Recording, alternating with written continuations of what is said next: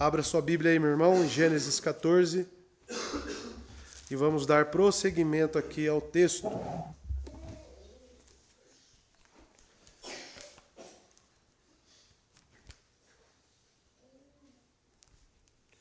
Verso 17 a 20, irmãos. Gênesis 14, verso 17 ao 20. Diz o seguinte a palavra de Deus, primeira leitura na King James. E o rei de Sodoma saiu para encontrá-lo, depois do seu retorno do massacre a Quedorlaomer, e os reis que estavam com ele no vale de Savé, que é o vale do rei. Verso 18, e Melquisedeque, rei de Salém, trouxe pão e vinho, e ele era o sacerdote do Deus Altíssimo. Verso 19, e ele o abençoou, e disse, bendito seja Abrão, do Deus Altíssimo, Criador do céu e da terra. E verso 20, e último, que eu até pregarei até este hoje, e bendito seja o Deus Altíssimo, que entregou teus inimigos em tuas mãos, e lhe deu dízimos de tudo. Amém? Até aqui. Vamos orar?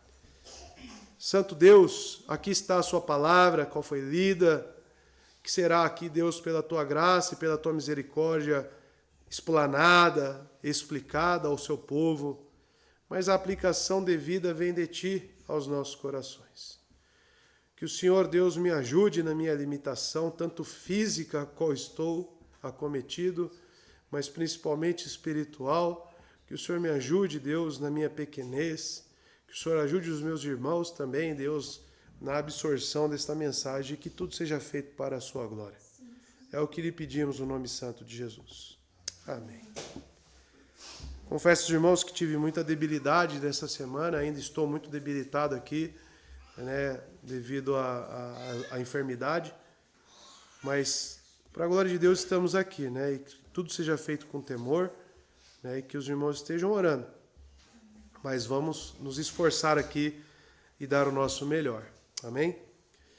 Amados, Gênesis 14, ele está tratando justamente sobre a divisão que houve, né, entre Abrão e Ló, porém nas suas consequências, né?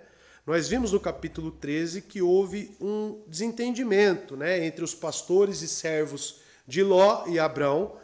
E Abrão, lá no verso 8 do capítulo 13, ele busca a paz. Ele busca resolver esses desentendimentos. Então, para que os irmãos lembrem, vamos ler o verso 8, que não haja contenda, eu te suplico entre mim e ti, e entre meus pastores e teus pastores, pois somos irmãos. Não está a terra toda diante de ti? Suplico-te, diz novamente Abraão a Ló, que te apartes de mim. Se tomares a esquerda, então irei para a direita. Se apartares para a direita, então irei para a esquerda. Então Ló toma sua decisão e ele vai habitar, né, nas planícies ali, próximos a Sodoma. E nós vimos, né, no capítulo 14, já entrando, que uma grande guerra ela foi formatada e formulada por alguns reis do Ocidente, né?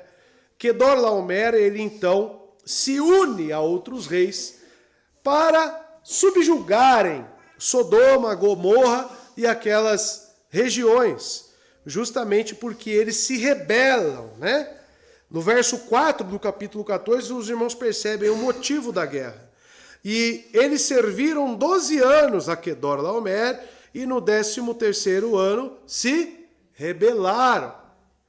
Então eles se rebelaram, eles pararam de fornecer os tributos, né, os impostos que eram estabelecidos. E eles veem, então, essa confederação de Quedorlaomer e eles se reúnem para subjugar todos esses reis que se rebelaram. Porém, quem está habitando nessa região, que foi subjugada, é o próprio Ló. E ele foi levado cativo de guerra. E nós vimos as consequências, então, das suas escolhas, né? Pregado pelo irmão Felipe, pregado aí pelo nosso irmão Gessé.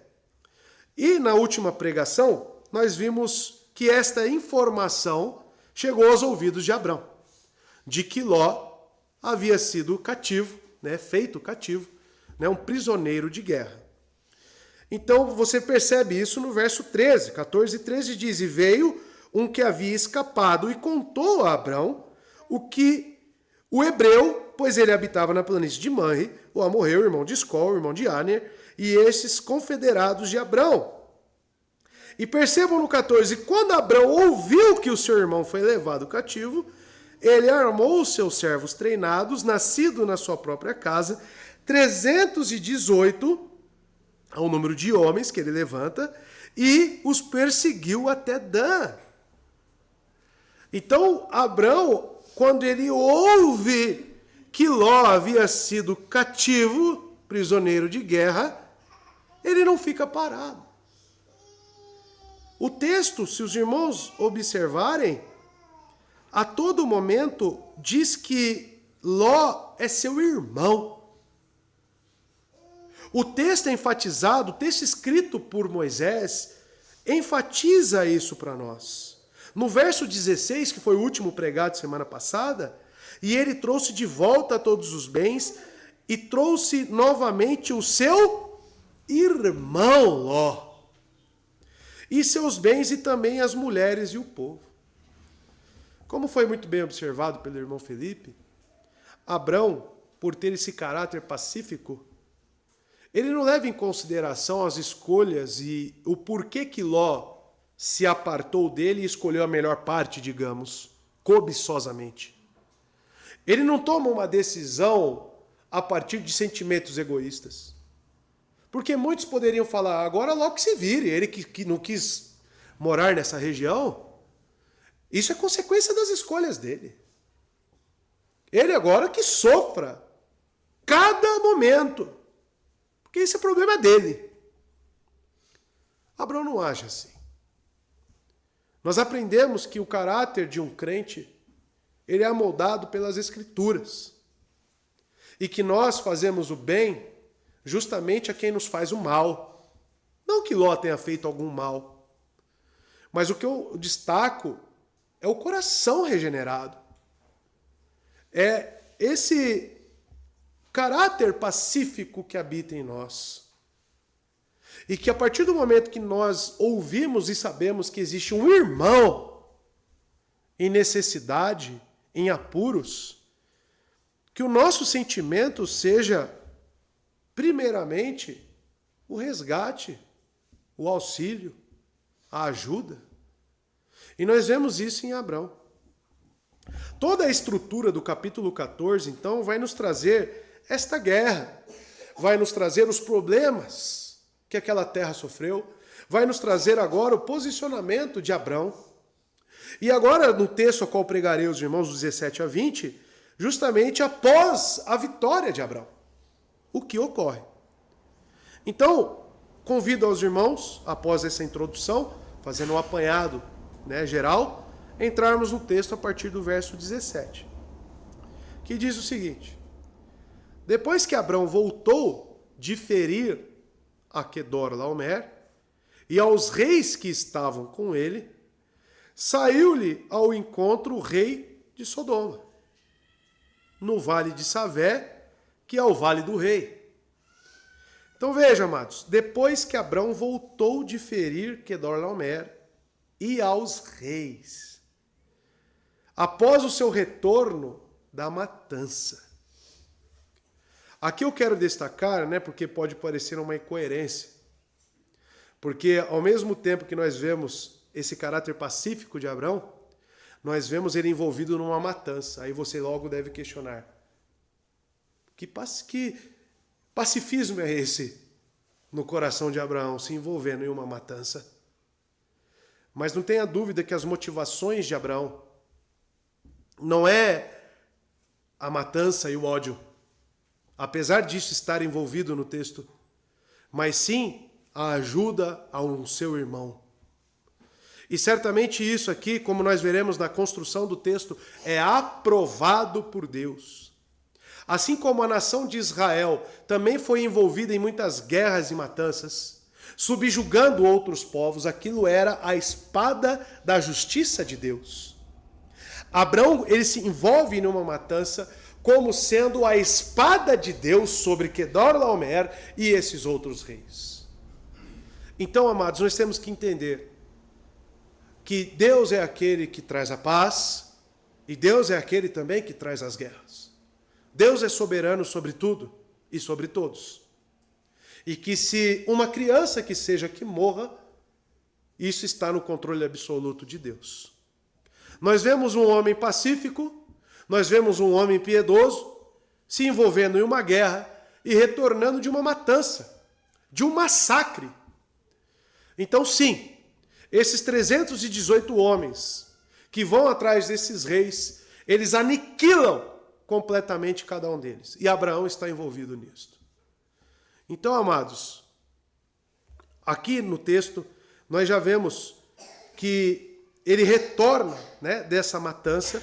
Esta palavra que está aqui na versão King James, ferir, ela pode ser traduzida também por matança, e dos reis que estavam com ele, né? Então, Abraão, ele aniquila todos, toda a confederação de Quedorlaomer.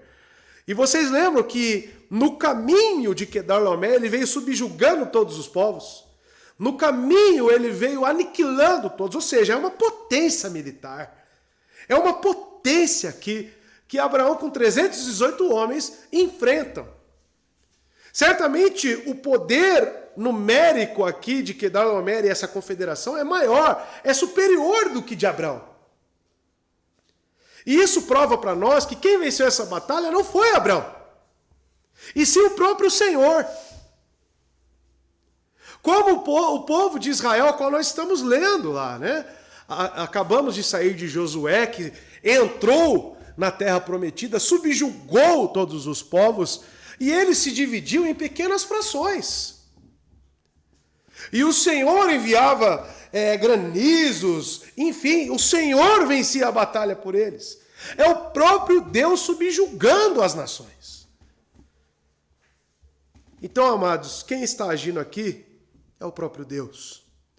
A confederação de reis, juntamente com Quedorlaomer, foram dizimados por 318 homens. Um astrólogo, lembra que Abraão era, segundo todo o costume judaico, quando ele sai lá de sua terra, da sua parentela, lá de Harã, ele era um astrólogo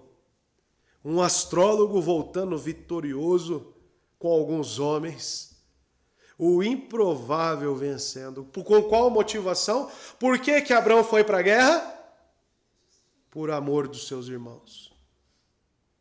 Por que ele se coloca em risco? Por amor de seu irmão. Por que ele enfrenta o que parecia improvável? Por amor do seu irmão.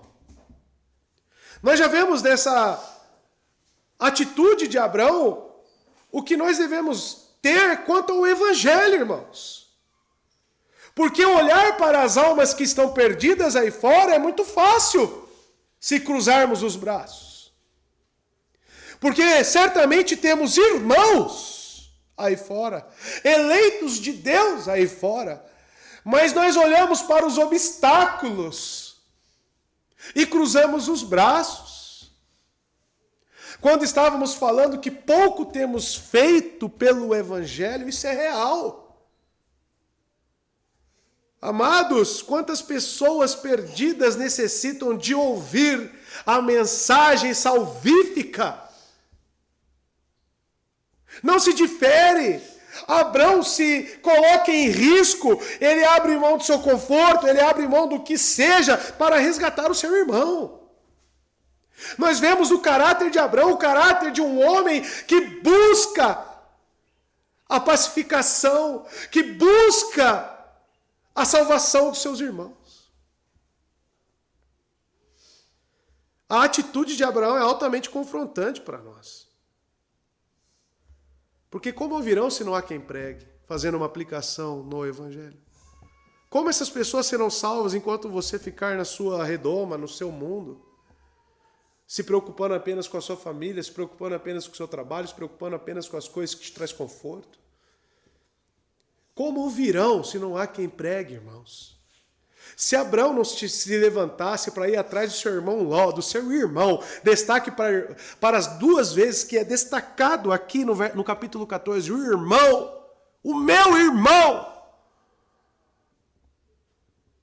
Se ele não se preocupasse com o bem-estar, com o estado do seu irmão, Ló permaneceria cativo de guerra. Essas pessoas aí fora permanecerão cativos em seus pecados. Talvez a sua boca precise abrir. Talvez a atitude seja a sua. Nós oramos muitas vezes aqui, eu queria orar pelo meu familiar, por fulano A, B, C ou D, mas a questão é, você prega a eles. As oportunidades que lhe é conferida, existe essa disposição, como existe em Abraão, de ir até eles. 318 homens e um astrólogo empreendem uma guerra. E pelas motivações corretas, eles saem vitoriosos. E isso é notável, até pelo próprio rei de Sodoma, que perdeu a guerra e fugiu. O irmão Gessé pregou esse texto, eles fugiram.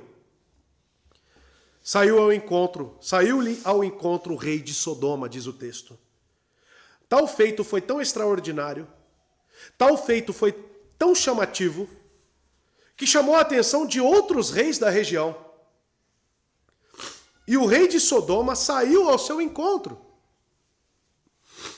Enquanto Abrão perseguia os 4 reis, o rei de Sodoma desceu do monte para onde fugiram.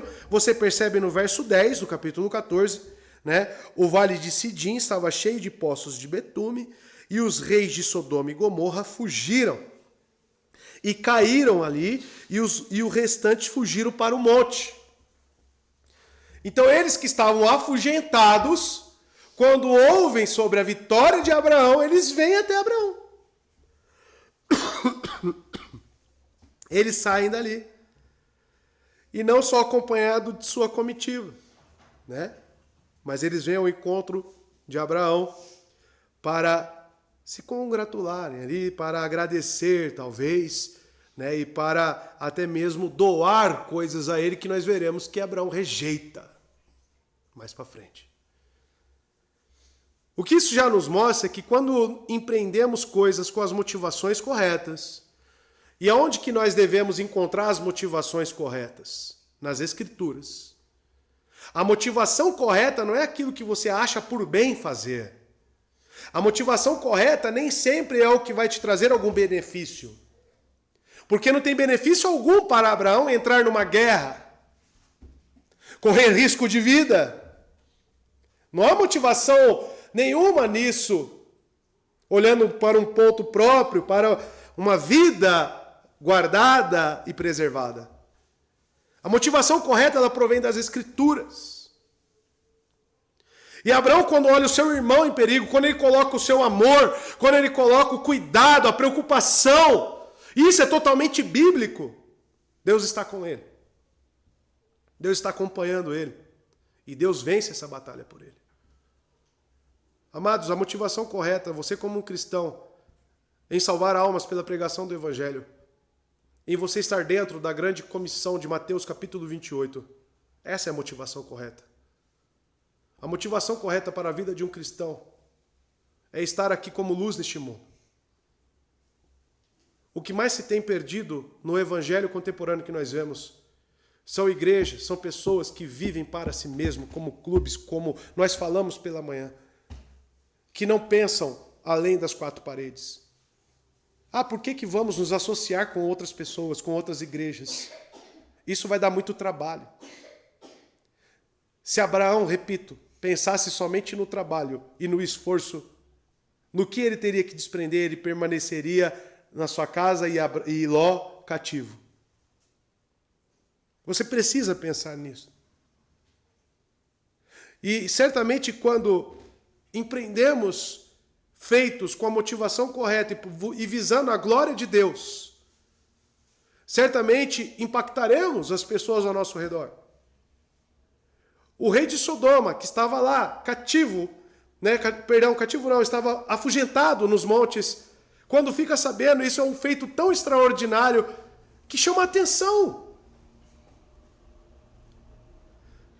E a igreja de Cristo, irmãos, ela precisa ter este efeito na terra. Ela precisa ter este efeito de chamar a atenção das pessoas, não para querer fama, mas para trazer a glória de Deus à tona.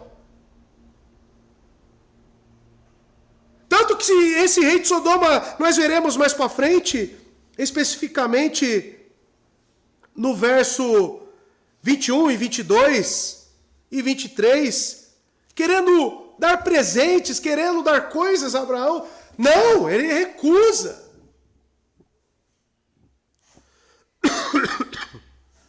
A glória de Deus é que está em vista.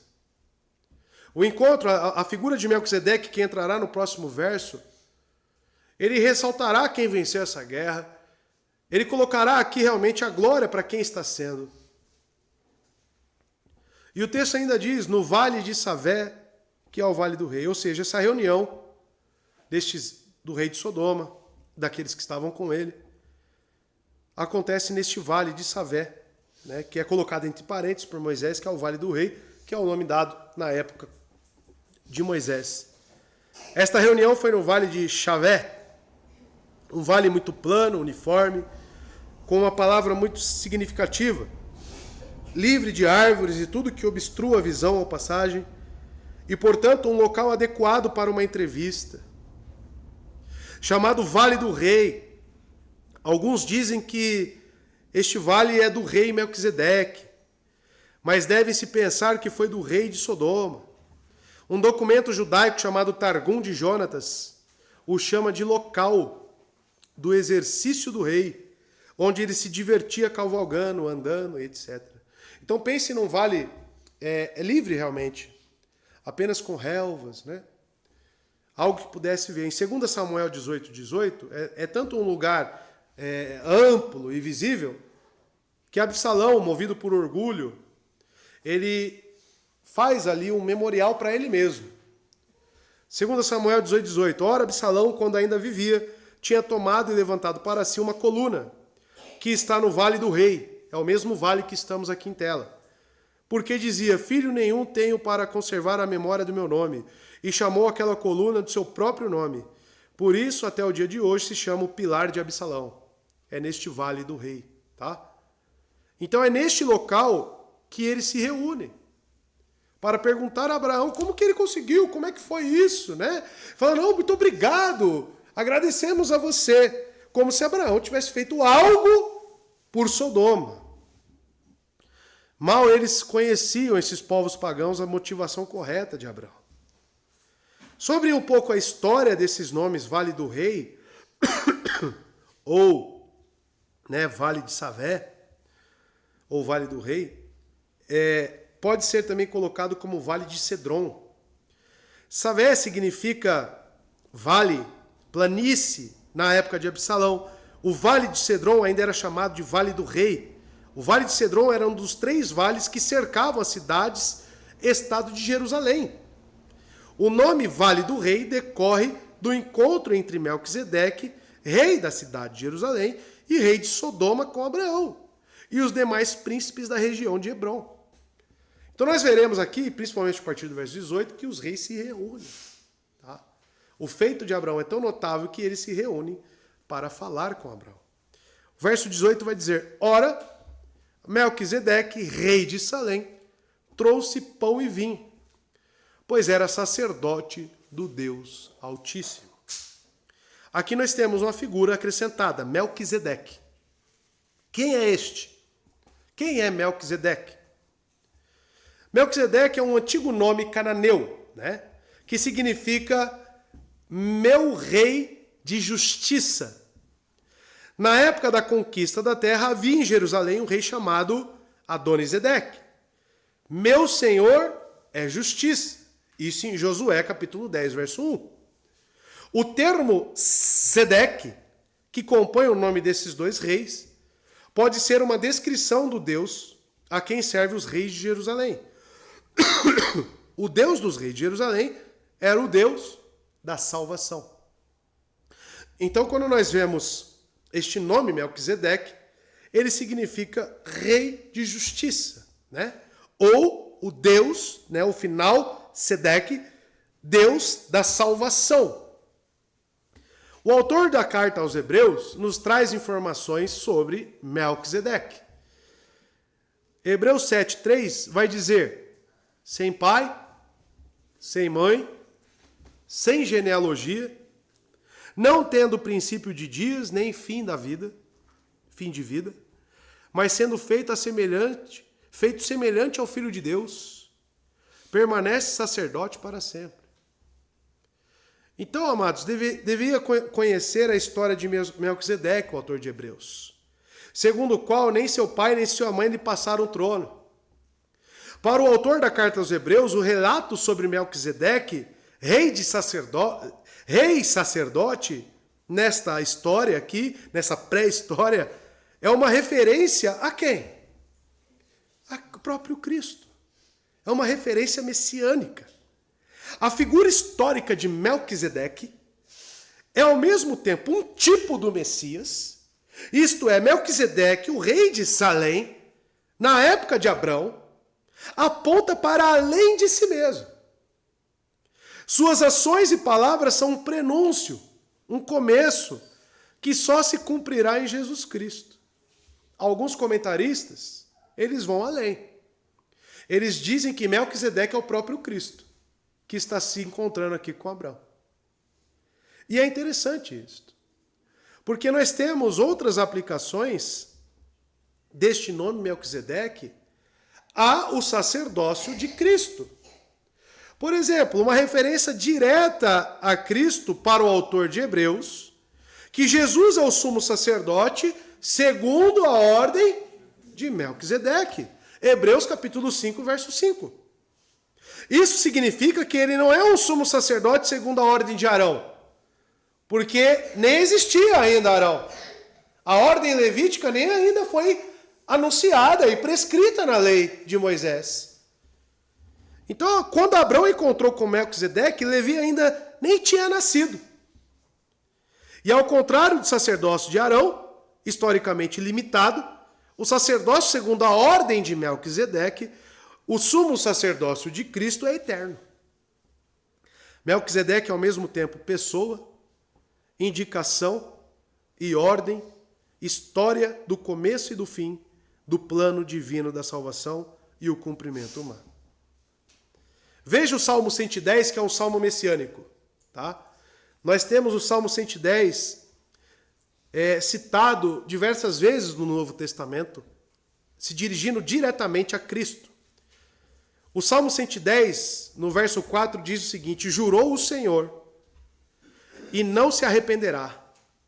Tu és um sacerdote eterno, segundo a ordem de Melquisedeque.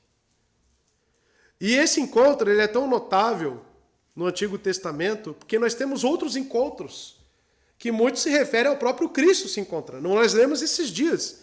Josué capítulo 5, verso 13 e 14. Que diz o seguinte: e sucedeu que, estando Josué perto de Jericó, levantou seus olhos e olhou, e eis que se pôs em pé diante dele um homem, que tinha na mão uma espada nua. Perdão. E chegou-se a Josué a ele, e disse-lhe: És tu dos nossos, ou dos nossos inimigos? E disse ele: não, mas venho agora como príncipe do exército do Senhor. Então Josué se prostrou com o seu rosto em terra e o adorou. E disse-lhe: que diz meu senhor ao seu servo? A grande pergunta para esse texto de Josué: quem é este Senhor? Quem é este príncipe do exército do Senhor? Quem é esse que se encontra com Josué? Quem é esse que se encontra agora com Abraão? O que eu gostaria de destacar neste ponto é que Cristo, ele é revelado em toda a Escritura. Cristo, ele aparece em todos os livros da Bíblia. Então, amados, nós temos que interpretar todas as Escrituras com esta chave hermenêutica de Cristo. E a grande pergunta que vem ao texto aqui é, se Melquisedeque é um tipo, né, de Cristo, ou como alguns dizem, o próprio Cristo, o porquê que ele vem aqui?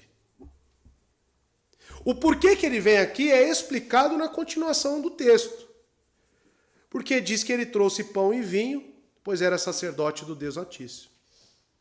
A interpretação do porquê que ele se apresenta aqui será tirado justamente pela atitude dele. Este Melquisedeque, diz o texto, que era rei de Salém. E tem algumas coisas significativas aqui para nós. Ele era rei de Salém, sacerdote do Deus Altíssimo. E outras coisas gloriosas são ditas a respeito deste, em Hebreus 7:1.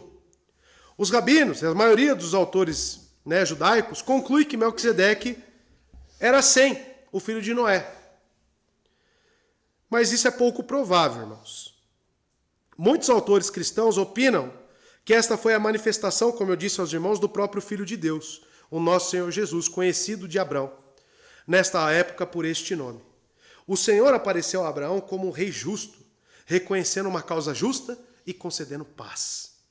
Salém, que é a cidade de Melquisedeque, é o que nós conhecemos hoje por Jerusalém.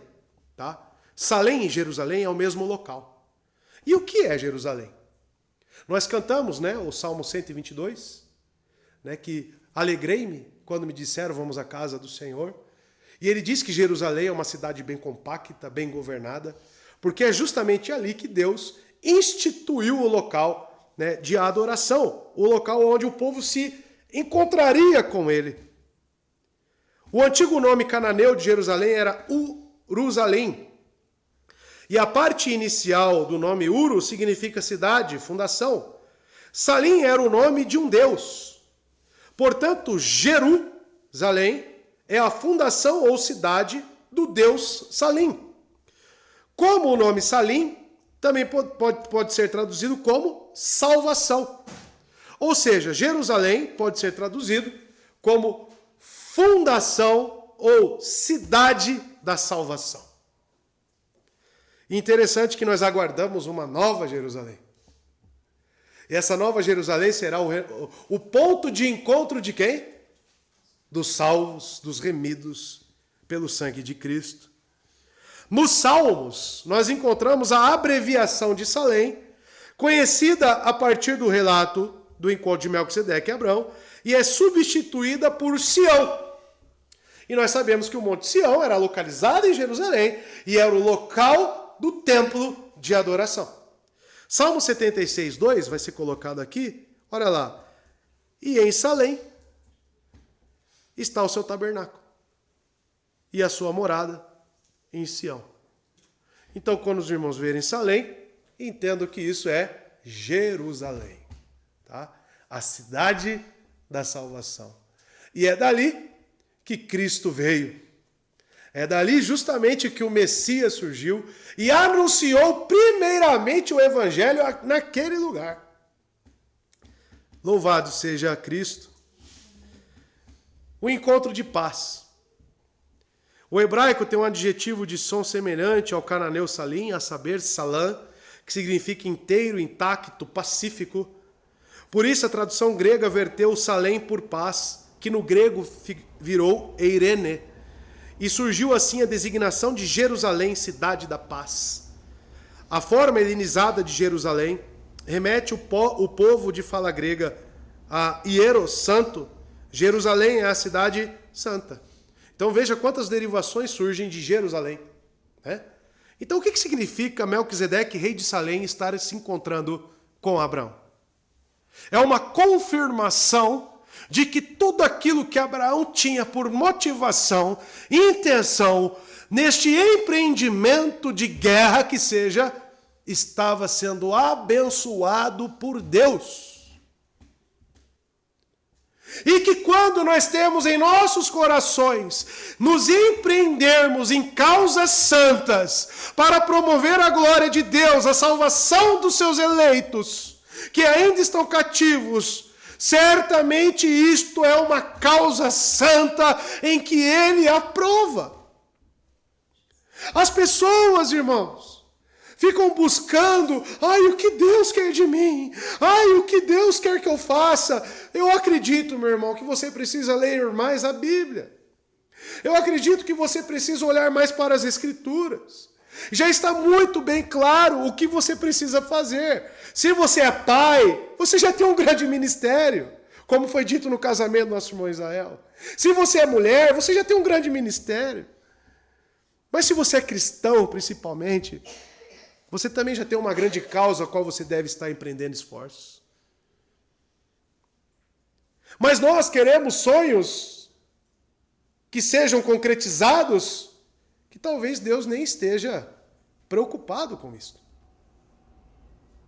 Talvez você esteja orando e pedindo, e buscando por motivações erradas, com coisas que Deus não tem planos quanto a isso, e você fica frustrado. Abraão sairia frustrado se ele conseguisse resgatar o seu irmão, mas ele conseguiu. Por que ele conseguiu? Porque Deus empreendeu a guerra por ele. Deus entrou naquela causa. Deus foi quem foi à frente. E assim nós entendemos que quando nós temos planos egoístas para nós mesmos, planos cobiçosos para nós mesmos, primeira coisa, nos enquadramos nas consequências de Ló. Mas a segunda consequência é que na maioria das vezes saímos frustrados. Isso por quê? Porque não olhamos para as Escrituras. Então, amados, o que eu aprendo com Abraão nesse texto? Que não importa se eu estou sofrendo, não importa se é penoso, não importa se o que eu estou fazendo é algo que custe dinheiro, saúde, o que seja. O que importa é se eu estou fazendo o que deve ser feito. E o que define para mim o que deve ser feito é as Escrituras. Abraão, ele fez o que devia ser feito. Ele tinha a motivação correta, ele tinha os princípios e os propósitos corretos para salvar o seu irmão. O que eu quero te perguntar é que se Jesus, na figura de Melquisedeque, tem se apresentado a você e aprovado seus planos, como tem sido sua vida?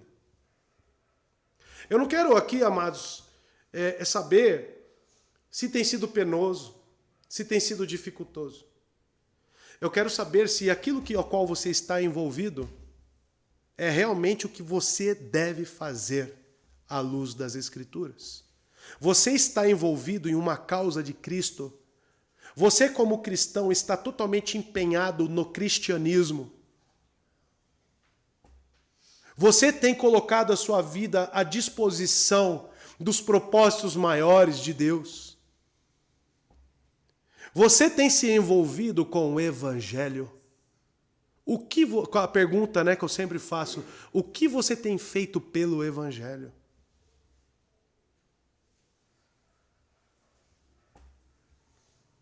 O rei de Salém, Jerusalém, a cidade da salvação. Melquisedeque, que é o rei de justiça, um tipo de Cristo.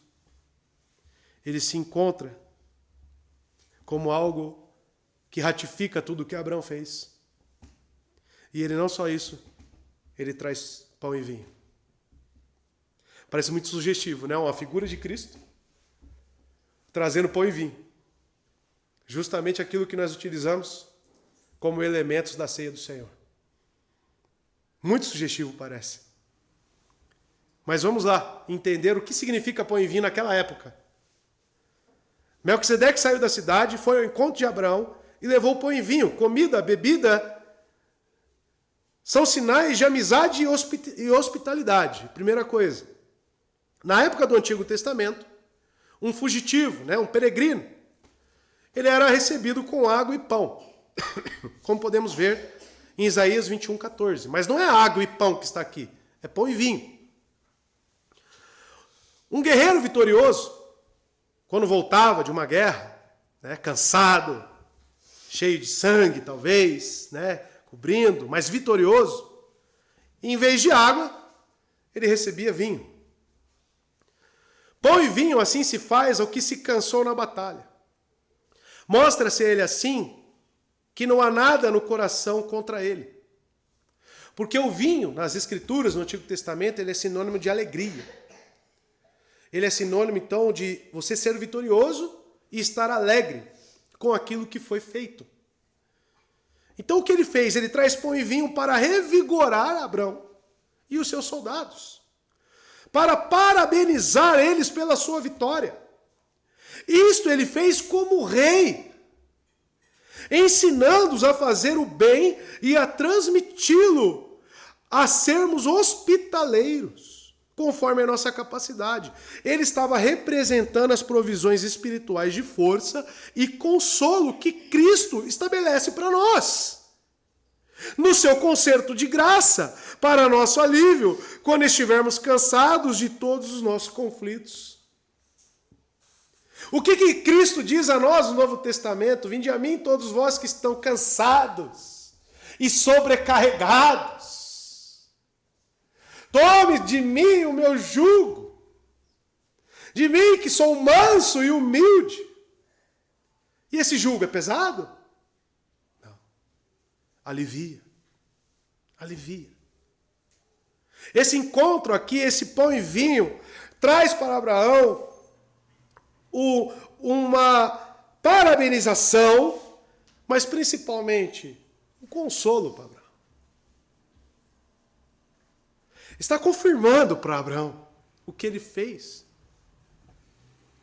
E quando nós, amados, participamos hoje dos elementos da ceia, o que está sendo ali simbolizado para nós? O que está acontecendo naquele momento? Nós estamos estudando a confissão de fé.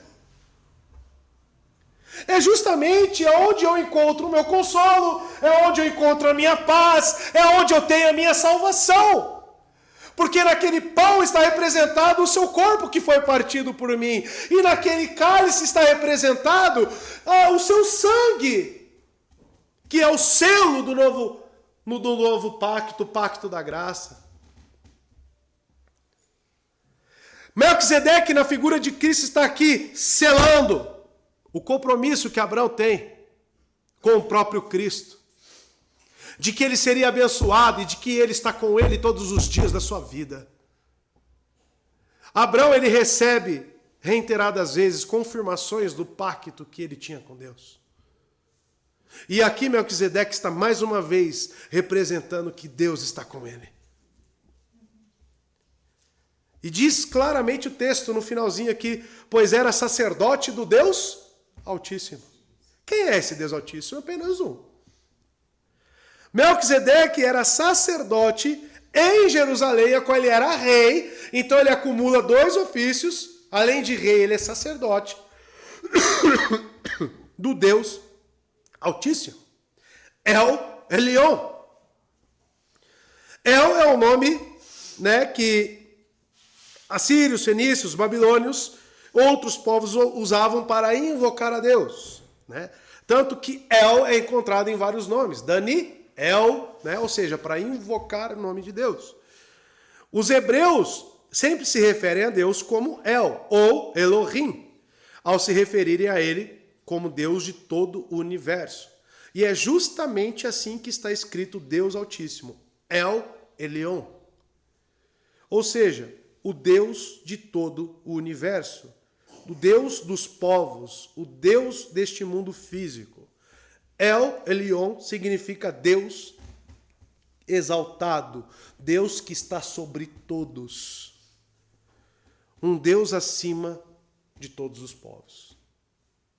Então deixa claro para nós que Melquisedeque, ele é um monoteísta que serve a um único Deus no meio de um povo cananeu que Israel, né, a futura Israel está dominada agora pelos cananeus. E quem eram os cananeus naquela época? Povo totalmente pagão e idólatra.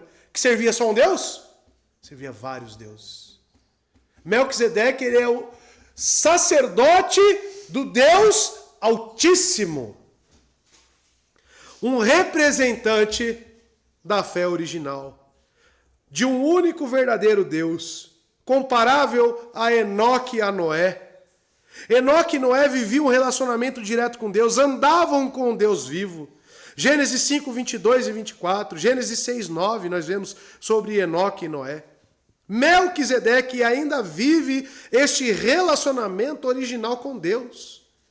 A chamada religião original, que se manteve em Jerusalém, apesar de todo o paganismo. Os antepassados de Abraão na Mesopotâmia tinham caído em idolatria. Deus chamou Abraão para fora dessa antiga vida. Estão lembrados? No capítulo 12? Saia da tua terra, da tua parentela, do meio idólatra a qual você vive. Deus chamou Abraão para fora dessa antiga vida. Melquisedeque tinha se mantido um verdadeiro adorador do Deus Altíssimo. Um encontro no Vale do Rei. Abraão reconheceu a fé de Melquisedeque. No verso 22, você lê: E Abraão disse ao rei de Sodoma: Eu levanto a minha mão ao Senhor, o Deus Altíssimo. O mesmo que o sacerdote Melquisedeque era.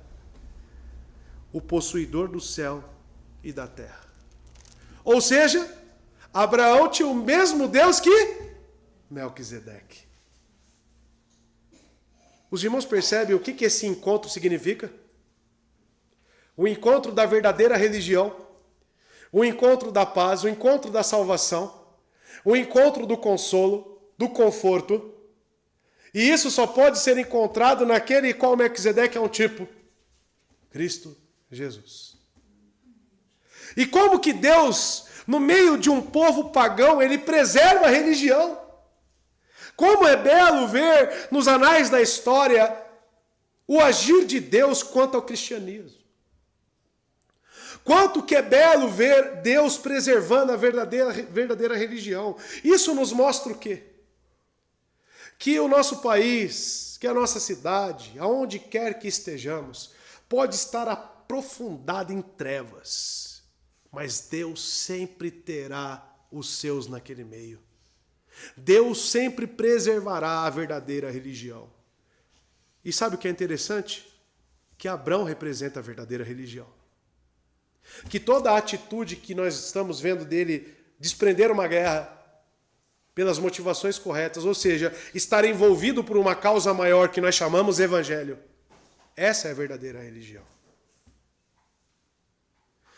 Pergunto mais uma vez sinceramente, a religião que você professa, ela realmente é a religião verdadeira? E como que eu sei se é? Pela minha atitude. A sua atitude é semelhante à de Abraão? Porque, amados, com muita tristeza e pesar, eu vejo muitos cristãos nominais que o seu trabalho é mais importante. Que o seu filho, a sua família é mais importante.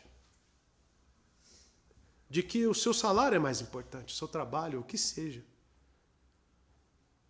E as pessoas têm uma grande dificuldade de se desprender e ir. Como Deus diz a Isaías: quem enviarei? Quem irá lá anunciar? Como nós estamos lendo em Jeremias. Vocês viram a parte, você não vai ter mulher, você não vai ter filhos. Você não vai ter nada disso, você vai ser a minha boca no meio de um povo incrédulo. E a disposição de Jeremias era o quê? Eu vou.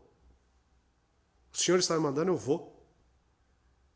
Qual é a sua atitude? E será que a sua atitude ela está consonante com a verdadeira religião? Porque este encontro representa a verdadeira religião. E tudo está envolvido, a atitude de Abraão. O seu amor pelo seu irmão. O resgate. A guerra vencida. Mas pense, Abraão, para vencer esta guerra, ele colocou sua vida em risco. Ele teve que pegar uma espada, ele teve que sair do seu conforto, ele teve que pegar os seus homens e ir. E você, irmão? Eu sou cristão, mas desde que tudo que eu faço permaneça do mesmo jeito. Irmão, será que esse é o cristianismo real? Talvez Deus seja tão gracioso que Ele te dê essas condições. Mas nem sempre. Talvez você tenha que abrir mão de algumas coisas para viver o real cristianismo. Talvez você tenha que abrir mão de muitas coisas. A questão é, você está disposto? Porque só faz isso quem tem um coração renovado, regenerado e inclinado para as coisas de Deus. Uma pessoa que não tem o coração inclinado para as coisas de Deus, ou seja, para a sua palavra, ela jamais irá colocar todas essas questões em jogo. Ela vai visar sempre o seu benefício, o seu bem-estar, o que ela tem que ganhar, o que ela tem que receber. E esquece que cristianismo é negar a si mesmo, todos os dias, carregar a cruz e seguir aquele que deu um bom exemplo. Que sendo Deus, não levou em consideração ser como Deus, mas tomou a forma de servo. Para que ele veio neste mundo? Para resgatar pessoas cativas de um sistema de trevas, corrompido, decaído, a qual eu e você nascemos. Para nos dar esperança, para nos dar paz, para nos dar salvação. Essa foi a atitude de Cristo. Você vê alguma semelhança na atitude de Abraão? E a pergunta é, você tem essa atitude no seu coração? O cristianismo ao qual você professa gerou isso no seu coração? Talvez aí esteja o cerne de todos os seus problemas. Porque Cristo nunca vai aparecer a você como Melquisedeque apareceu, sendo que você está com motivações egoístas, motivações presunçosas, que visam só o seu bem-estar, só a sua carnalidade. Jesus nunca irá abençoar a sua carnalidade. Pelo contrário, Ele nos ordena que essa carne morra e que o Espírito Santo nos guie. Verso 19. Olha lá. Olha o que Melquisedeque fez. E abençoou Abrão, dizendo: bendito seja Abrão pelo Deus Altíssimo, o Criador dos céus e da terra. Aqui nós temos mais detalhes sobre que Deus Altíssimo é este. O Criador dos céus e da terra. Mas vamos por partes. Primeira coisa, e abençoou a Abrão, dizendo, ele sendo o sacerdote do Deus Altíssimo, nessa tipologia de Cristo, ele abençoou Abrão, o que podemos imaginar que tenha sido, para Abrão, um alívio maior do que tinha sido o seu pão e vinho que ele trouxe. Desta maneira, Deus, tendo exaltado o seu Filho Jesus, enviou também para nos abençoar como alguém que tinha toda a autoridade. E aqueles a quem ele abençoa são realmente bem-aventurados. E isso se concretiza o pacto feito com Abraão no capítulo 12. Onde ele diz, eu farei de ti uma grande nação, no verso 2, e eu te abençoarei, e farei o teu nome grande, e tu serás uma bênção. E eu abençoarei os que te abençoarem. E amaldiçoarei os que te amaldiçoarem. Em ti, todas as famílias da terra serão abençoadas. Em Cristo, nós somos abençoados. Família de Abraão, linhagem, descendência, semente de Abraão. As palavras de Melquisedeque são bênçãos do Senhor. É o que os rabinos dizem como uma bênção dupla, beracá dupla. Isso é, a palavra bendito, a palavra no hebraico barak, aparece duas vezes, e uma vez no sentido de abençoado, e uma vez no sentido de louvado. Bênção é um movimento que parte de Deus. O louvor sobe do ser humano para Deus. A bênção de Melquisedeque, perceba, contém dois componentes básicos do culto a Deus. A bênção que nós recebemos como salvação e o louvor a Deus de termos vidas e uma disposição para com a religião verdadeira, prática, que ama e que vai atrás dos perdidos através do Evangelho. O problema é que as pessoas querem viver só na parte abençoada. E esquece que a sua vida tem que render louvor a Deus. Como um bom pai. E como é que eu sou um bom pai? É aquele que dá tudo para o filho? Não, é aquele que ensina ele temer ao Senhor. Esse é o maior bem. Os irmãos viram meu filho. E o que eu mais me preocupei, né, nessa semana que ele ficou, era em todos os dias fazer culto no lar. E ler a palavra para ele. E para a glória de Deus eu consegui. E não é presente. Eu dei alguns presentes para ele. Mas eu sempre enfatizei para ele, isso aqui é o mais importante. Isso aqui é o que vai trazer diferencial para a sua vida. Isso é ser um bom pai. Isso é ser um bom pai. É ser uma boa mãe. É o temor a Deus, o que importa.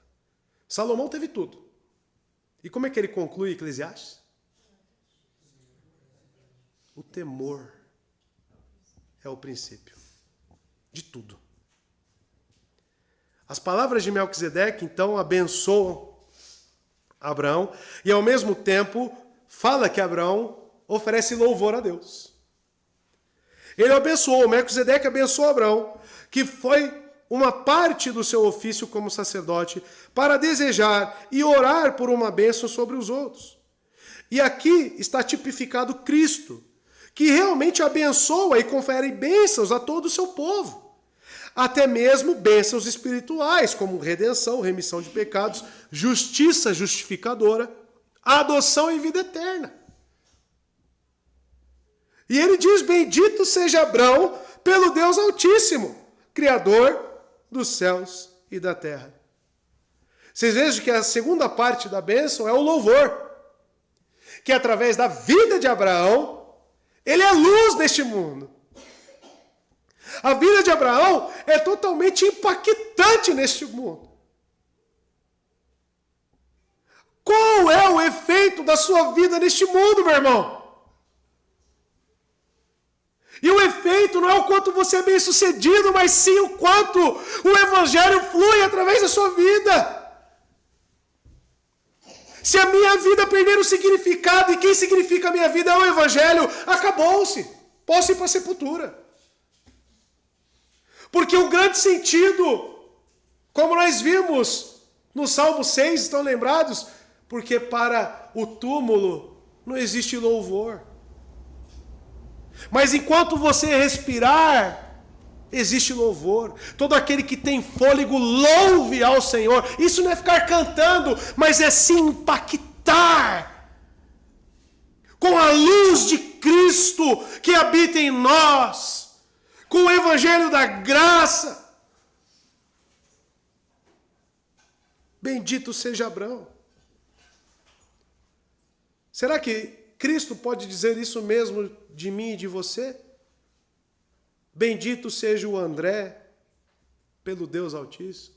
Bendito seja o Fábio, bendito seja a Alane. Será que nós podemos ouvir isso da boca de Cristo? Porque aqueles que têm uma religião falsa, em Mateus capítulo 7, nós sabemos muito bem, malditos. Malditos, não é benditos. Se são trabalhadores ou que os servos da iniquidade. Ou seja, a vida desses não louvam ao Senhor. Não oferecem, louvar é oferecer elogios. A oração do Pai Nosso, santificado seja o vosso nome, é o quê? Louvado seja o nome de Deus através das nossas vidas. É isso que significa. E isso só irá acontecer quando você realmente viver, na prática, a religião verdadeira. Verso 20 e último. E bendito seja o Deus Altíssimo, que entregou os teus inimigos nas tuas mãos. Quem venceu a guerra? O Deus Altíssimo. E Abraão deu-lhe o dízimo de tudo. Então aqui, amados, no verso 20 nós veremos a última parte da bênção de Melquisedeque. E como que Abraão, ele age após ouvir tudo isso. Bendito seja o Deus Altíssimo. Bendito seja esse Deus que está acima de todos. Louvado seja o seu nome, é o que diz Melquisedeque. E sejam dadas graças a ele por todas as misericórdias, temporais, espirituais, pois todas fluem de um mesmo lugar, apenas de Deus. E particularmente pelas misericórdias de Abraão, e outros meios de dele foram agora feitos participantes, para que fossem os instrumentos. Abraão é só um instrumento dos feitos de Deus. Deus era a causa eficiente. A ele toda a glória deveria ser dada. A Deus somente a glória. Um princípio da religião verdadeira é o soli deo gloria. A Deus somente a glória. Melquisedeque prova isso para nós. Por mais que foi Abraão que pegou na espada e foi até lá, ele foi apenas um instrumento.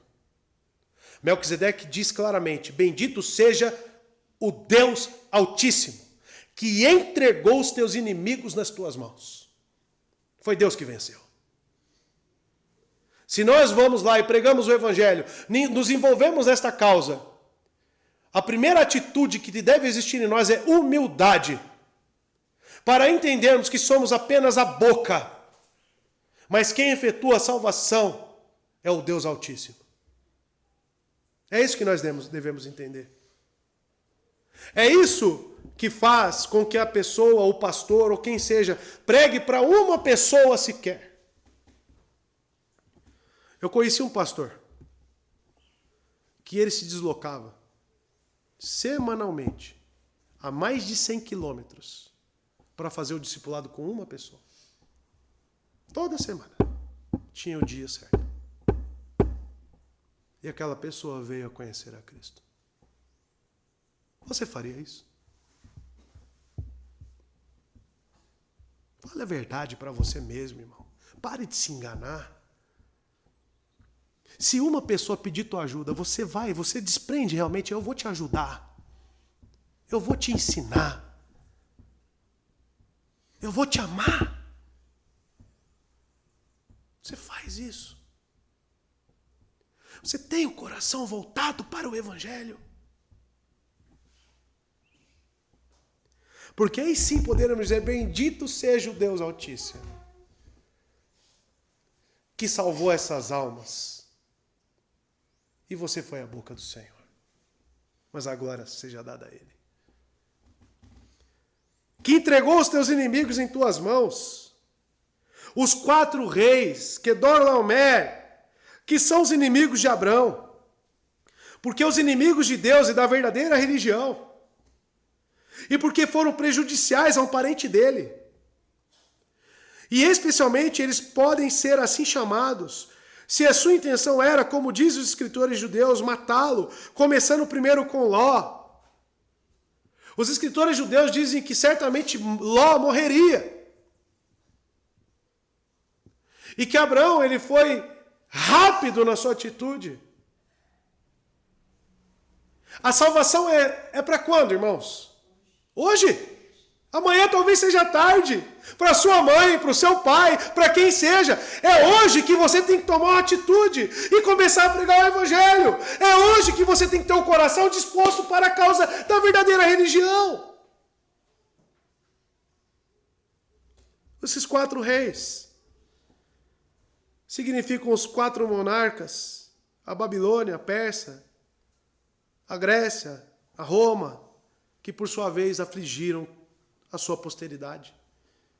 Mas nos últimos dias cairão nas mãos daquele que está abençoando Abraão.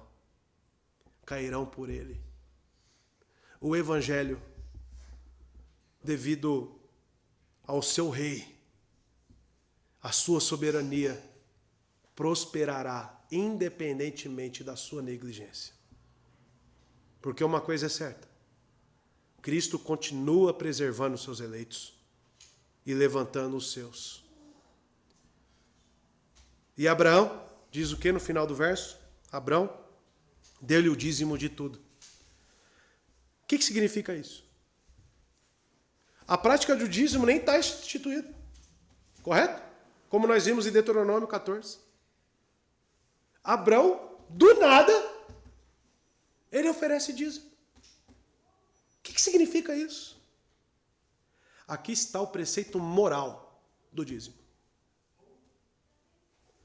Quando Abraão ele oferece o dízimo, ele está reconhecendo Melquisedeque como um sacerdote legítimo do Deus Altíssimo, do verdadeiro Deus.